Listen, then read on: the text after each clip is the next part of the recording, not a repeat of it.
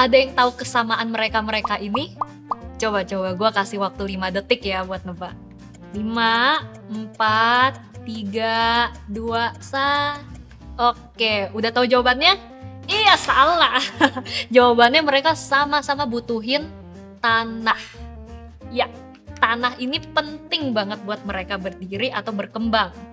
Tapi coba bayangin, apa jadinya kalau mereka tiba-tiba menghilang?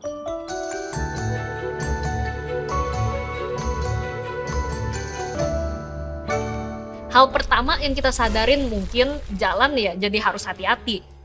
Terus kalau tanah tiba-tiba menghilang, warna air di rumah kita yang berubah jadi kayak gini nih.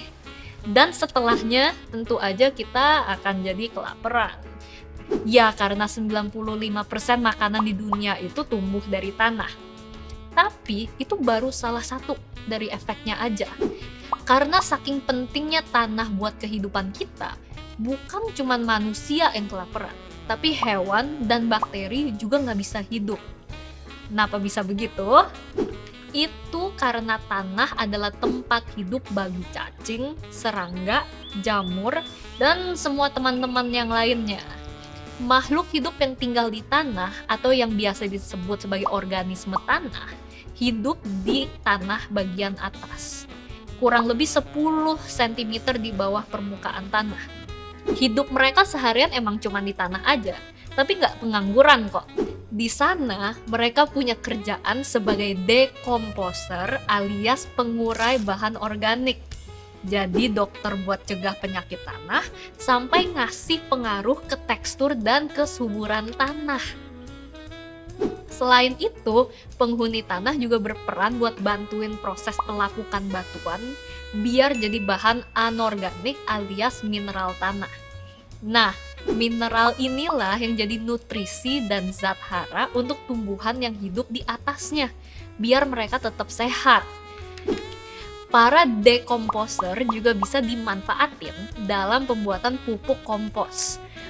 Pembuatan pupuk ini ngelibatin bakteri bernama ribet ini nih, yang kerjaannya mengurai materi organik kompleks dari sisa makhluk hidup, biar jadi senyawa yang dibutuhkan tumbuhan. Oke, selain sebagai tempat hidup para hewan dan bakteri, tanah juga bisa jadi penunjang kesehatan dan penyedia keperluan manusia di bumi. Mulai dari bayam yang katanya bisa bikin kalian kuat nih kayak dia, sampai cabai di nasi goreng yang kalian suka pinggirin. Dan di dalam tanah juga ada sumber energi yang bisa dimanfaatin jadi listrik. Sampai emas yang melingkar di jari manis kita dan si dia, semoga ya. Tapi nggak cuman itu, tanah juga punya peran penting sebagai penyedia air. Karena bukan cuma air yang ada di permukaan, kita juga bisa dapetin air dari dalam tanah. Misalnya kayak air dari sumur. Dan gak cuma nyediain, tanah juga bisa menjadi penyaring air. Beberapa bahan penyebab polusi, kayak air kotor dari rumah tangga atau industri, bisa dinetralin sama tanah supaya nggak merusak lingkungan. Walaupun keren, tetap jangan dicontoh ya buang limbah sembarangan ya. Tapi sebenarnya gimana sih proses tanah bisa kebentuk kayak sekarang? Dan apa aja yang nyusun tanah sampai dia bisa secanggih itu? Sederhananya, tanah terbentuk dari proses pelapukan. Nah, ada 3 pelapukan yang akhirnya ngebentuk tanah. Ada pelapukan fisika atau pelapukan yang dipengaruhi sama faktor fisik kayak matahari dan hujan.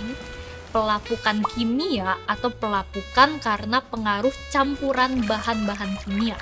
Dan terakhir, pelapukan biologis. Ini adalah pelapukan karena faktor aktivitas makhluk hidup.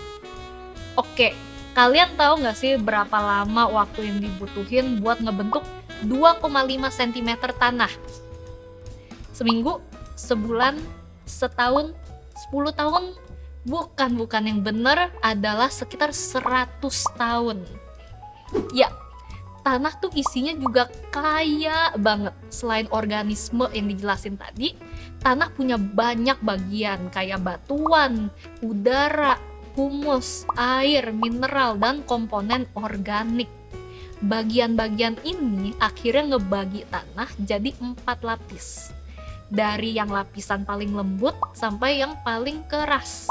Biar gampang ingetnya, orang-orang pinter ini di buku IPA ngebagi lapisan-lapisan itu jadi namanya horizon.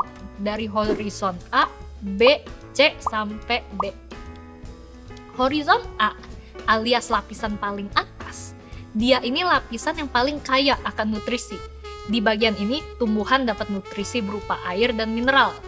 Tapi sayangnya lapisan ini juga rentan kehilangan kandungan mineral dan nutrisinya karena faktor alam kayak hujan dan banjir. Kalau lapisan kedua atau horizon B nggak punya unsur hara sebanyak si horizon A. Horizon B ini adalah campuran dari lapisan yang ada di bawah dan di atasnya. Jadi bentuknya lebih padat. Terus ada horizon C. Lapisan ini tersusun dari bebatuan yang berfungsi sebagai penyedia mineral buat lapisan di atasnya. Dan lapisan paling terakhir nih, horizon D, lapisan ini adalah yang paling keras, tersusun dari batuan yang padat dan sulit ngalamin perubahan. Nah, itu dia penjelasan soal tanah dan pentingnya peran dia pada kehidupan kita. Iya, tanah yang rusak aja tuh bikin kita kesusahan. Apalagi kalau dia sampai ngilang. Jadi jangan sembarangan lagi ya buang segala macam sampah ke pekarangan rumah atau tanah enggak sebelah. Sekian dulu nih video kali ini. Seperti biasa, terima kasih.